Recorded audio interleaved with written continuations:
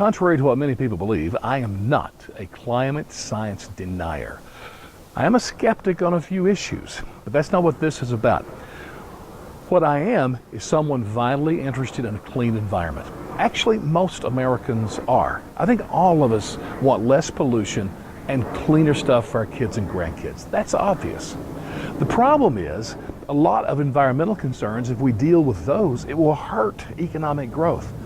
Or if we concentrate on economic growth and jobs, a lot of times things will happen that hurts the environment. We understand that. So there is a balancing act to be done, and we have to ask ourselves, how do we do things based on keeping that balance correct? I mean, let's look at some obvious things. Fossil fuels. No question, they're polluters. At the same time, they are essential for economic growth. Take consumerism, just our going out and buying stuff all the time.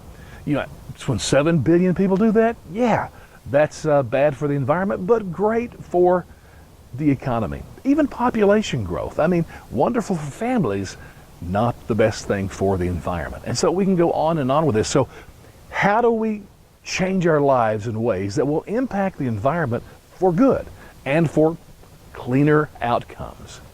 This is the most important thing for me in my political worldview, because here it comes. You ready? I think the most powerful and effective way for societal change is through, ready? Individual responsibility, not through government taxes and regulation. And when you go to the voting booth, that is the most important distinction you'll find between candidates. Now, Democrats, progressive, the left, liberals, whatever you want to call them, they will always side with the government. And it's true. You know what? If you make gas go to $10 a gallon, yeah, we'll all drive less. But what I prefer is, I read recently, somebody said, if all Americans would just reduce their driving by 10%, it would have this, net effect, whatever it was. Hey, I can hear that gladly. And not only that, but I've heard things, you eat more chicken, less beef, that helps the environment.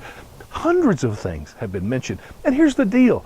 I'm probably not going to give up my beef, but I could definitely reduce my driving by 10%. So among 100 things, there may be 50 or 60 that I might actually be willing to do, which in the end would help the environment. And my point is, people who are mostly responsible will do more. They'll do more to help the society, help the climate on their own if they just know the facts.